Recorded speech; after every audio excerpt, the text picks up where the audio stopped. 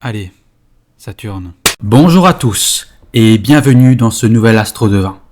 Aujourd'hui, nous allons essayer de deviner le thème astral de Joe Goldberg, alias Will Bettelheim, comme vous préférez, le personnage principal de la série You. Alors, alerte spoiler, nous allons parler des 3 premières saisons. Donc si vous n'avez pas vu la série jusque-là, je vous invite à quitter cette vidéo et à revenir une fois que ce sera fait. Rassurez-vous, nous ne parlerons pas de la saison 4 qui vient de sortir, car nous ne l'avons pas encore vue. Bon voilà pour la petite parenthèse, on va pouvoir commencer. Alors nous avons mis le soleil de Joe en scorpion. Waouh, quelle surprise pour une personne aussi douce que lui.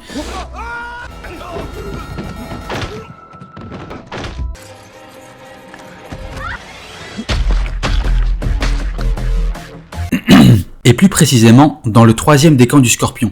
Et oui, le scorpion est comparable à un iceberg, où il y a une partie visible et une autre bien plus grande qui est cachée. Et c'est le cas de Joe, qui a sa partie visible dans laquelle on voit un libraire passionné. Oui, le scorpion est toujours un passionné.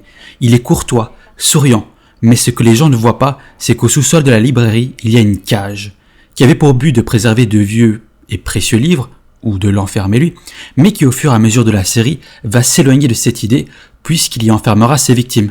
Mais il fera quand même quelques tours dans la cage, par nostalgie j'imagine. Dans la saison 2, il se fait appeler Will, et ce qu'on voit de lui, c'est un gentil vendeur, alors qu'il cache sa vraie identité. Et dans la saison 3, il a l'image du couple parfait, avec la maison parfaite, alors qu'au final, le couple enterre des cadavres tous les samedis, en compagnie de leur bébé, bien évidemment. Bref, vous l'aurez compris, il cache beaucoup de choses, ce qui est très scorpion. En plus, le scorpion est un signe très méfiant, qui n'hésite pas à piquer préventivement au moindre signe de danger. Et c'est ce qu'il se passe dans la série. Au moindre signe de danger pour lui ou son plan, il envisage de se débarrasser de la personne. Et enfin, le scorpion est le signe qui représente la mort, la psychologie. Et le moins qu'on puisse dire, c'est que la mort est partout autour de Joe. Que ce soit lui qui tue des gens, ou sa douce et merveilleuse femme Love. Mais je vous disais que nous avions mis le soleil en scorpion dans le 3e décan, qui est un décan de Vénus. Alors pourquoi ? Parce que le décan de Vénus, dans le signe du scorpion, c'est un décan passionné, où les relations sont vraiment très fortes, mais destructrices. Elles sont vouées à mourir et à se transformer. Et c'est tout à fait ce qui se passe dans sa première relation avec Candace. Amour, meurtre, destruction.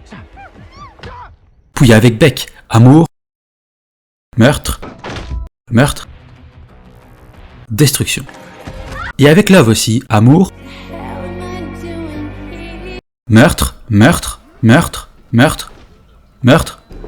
encore un petit meurtre,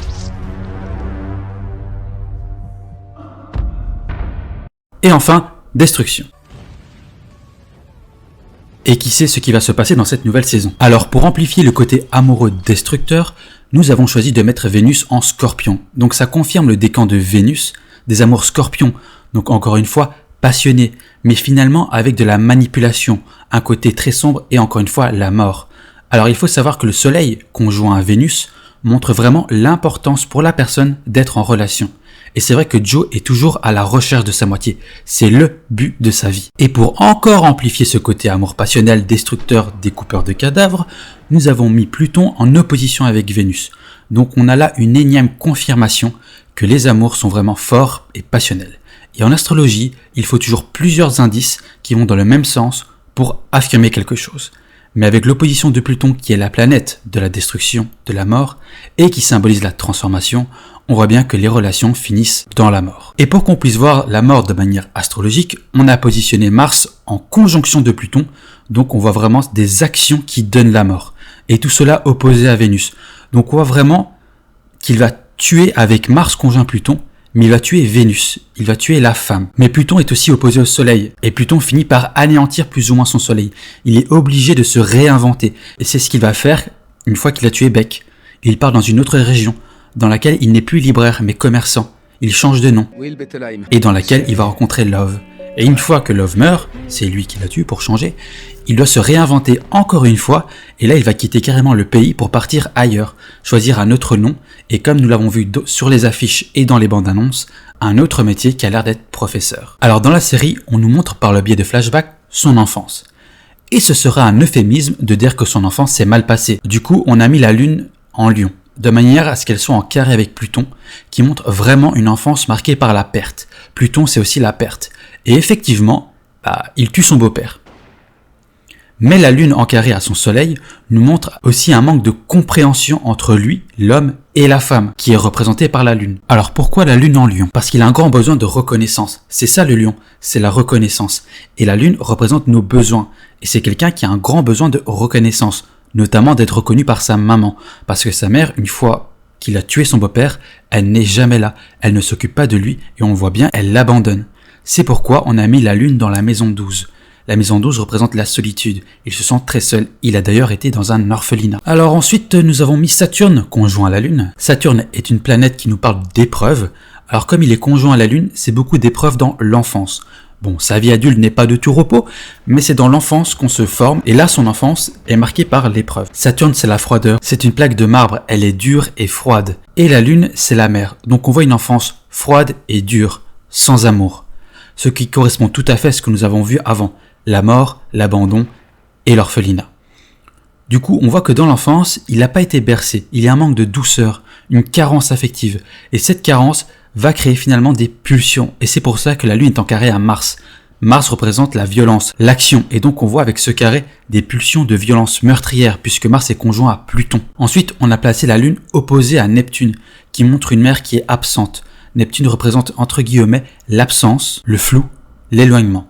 On voit donc une mère absente, ce qui marque vraiment l'abandon de la maman. Alors maintenant, passons à l'ascendant, que nous avons choisi de mettre dans le signe de la Vierge. Pourquoi? Parce que la Vierge, en ascendant, ça veut dire qu'il aborde la vie avec un besoin de perfection. Mais pas que. L'ascendant Vierge, c'est aussi la personne bien élevée, que tout le monde aime et à qui on peut faire confiance. C'est aussi le signe qui prête attention à tous les petits détails. Et on le voit, il est passionné par le fait de réparer des livres. Et il fait ça avec une grande précision, avec le désir de les rendre parfaits. Il faut savoir aussi que l'ascendant Vierge a beaucoup de principes. Il a ses valeurs. Et là encore, on voit très bien dans ses pensées qu'il ne déroge pas à ses principes. Et surtout qu'il n'aime pas quand les autres transgressent ses principes à lui. Mais il ne tue que lorsqu'à ses yeux, c'est nécessaire. Et cet ascendant Vierge lui donne beaucoup de contrôle sur ses meurtres. S'il n'avait pas cet ascendant, et les principes qui vont avec, il pourrait tuer n'importe qui. Et il y a aussi Mars. Mars en taureau. Parce que le taureau est un signe plutôt stable, lent, et donc cette position montre qu'il n'agit pas seulement avec l'impulsivité de Mars. On voit bien avec Shorty qui le met à rude épreuve, même moi j'avais envie de le tuer. Mais voilà, ce Mars en taureau lui permet de prendre du recul. Et des fois il cède à son impulsivité, c'est ça la complexité de son thème. Avec la Lune, qui est le subconscient, carré à Mars, donc le subconscient qui passe à l'action. Et le Soleil, carré à Pluton, qui est un peu comme un volcan, il explose et tue sur un coup de tête. Mais juste après, l'ascendant Vierge et le taureau reprennent le dessus. Et là, Joe retrouve son sang-froid et peut tout faire pour s'en sortir. Ensuite, on a placé la lune noire en balance. La lune noire représente l'ambivalence et le signe de la balance, lui, nous parle des relations, de l'amour. Ce qui nous donne une personne qui veut aimer et être aimée, mais d'un autre côté, il a des principes, ce qui fait écho à son ascendant Vierge. Et si la femme qu'il aime déroge à ses principes, il peut juger et même aller jusqu'à haïr cette personne. On a l'exemple avec Love. Lorsqu'elle commence à tuer, elle perd cette innocence aux yeux de Joe et il commence à désirer d'autres femmes. Et donc pour finir, comme il est ascendant Vierge, c'est un Mercurien. Et c'est un Mercurien du Scorpion. Et effectivement, déjà il pense beaucoup, ça c'est Mercure, et conjoint au Soleil, ce qui montre un mental très actif. Et en Scorpion en plus. Ça veut dire que ses pensées sont tournées vers les choses plutôt sombres, beaucoup de méfiance, de paranoïa, beaucoup de mensonges, de duperie et de meurtre. Voilà pour le thème astral de Joe Goldberg, ou de Will Bettelheim, comme vous préférez encore une fois. Vous pouvez avoir des ressemblances avec le thème que nous avons créé pour cette vidéo, ce n'est pas pour autant que vous êtes forcément un tueur, sinon il y en aurait à tous les coins de rue. Allez, à très bientôt pour un prochain Astre Devin, et que les astres vous gardent.